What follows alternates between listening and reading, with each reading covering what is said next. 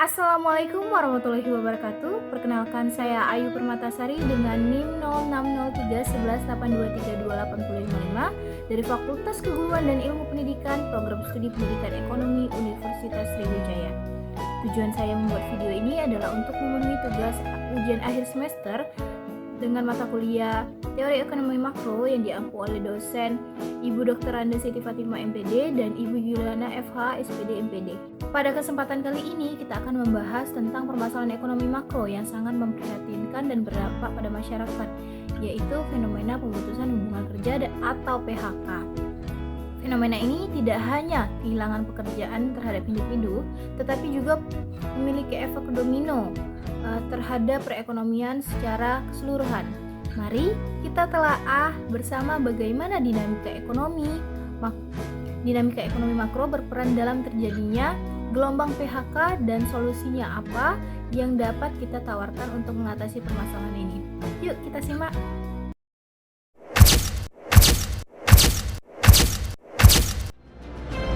Gelombang PHK di tahun 2025 dikhawatirkan masih akan terus berlanjut. Ketua Bidang Ketenagakerjaan dan Jamsos DPP Apindo Jakarta. Ancaman PHK 85 juta pekerja di 2025. Ya teman-teman gak nyangka 2025 katanya bakal ada 85 juta pekerjaan yang hilang. Kok bisa? Semua gara-gara AI dan otomasi. Beberapa tahun lagi para housewife bakal pensiun dini kak. Apa alasannya? Nih lihat bapak ini kak ya. Bit bola coklat dari Vika Snack.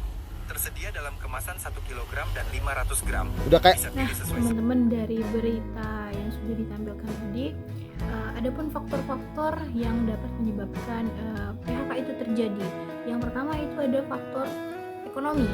Esensi ekonomi yaitu penurunan pertumbuhan ekonomi nasional atau global, penurunan permintaan barang dan jasa secara signifikan, dan tekanan keuangan perusahaan, yaitu penurunan pendapatan dan profitabilitas, tingginya biaya operasional yang tidak sebanding dengan pendapatan, kesulitan arus kas atau cash flow yang mengancam keberlangsungan usaha.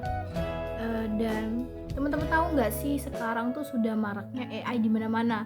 Apalagi sekarang live TikTok pun itu memakai AI dan tidak lagi memakai jasa dari perorangan.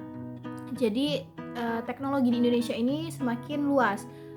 Implementasi teknologi AI dan robotika yang menggantikan pekerjaan manual, efisiensi proses melalui digital yang mengurangi kebutuhan tenaga kerja, dan perubahan model bisnis yang berbasis dengan digital atau e-commerce.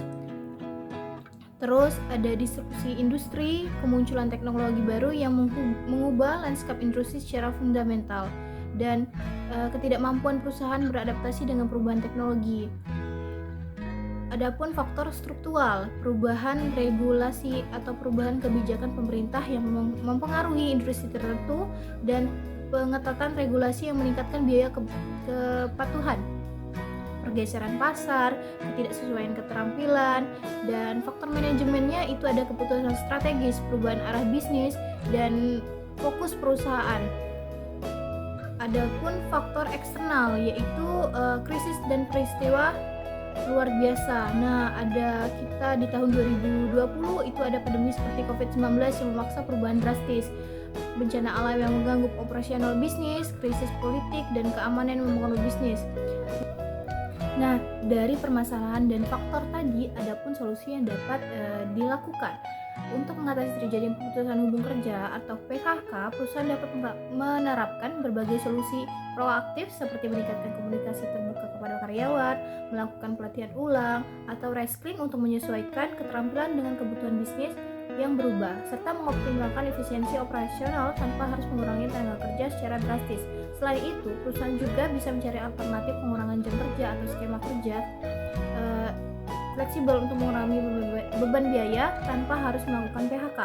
Dan pemerintahan dan lembaga terkait juga dapat berperan dengan memberikan dukungan berupa pelatihan kerja, insentif bagi perusahaan yang mempertahankan karyawan, serta program perlindungan sosial bagi pekerja terdampak. Pendekatan kolaboratif ini tidak hanya membantu mengurangi angka PHK, tetapi juga menjaga stabilitas ekonomi dan kesejahteraan karyawan.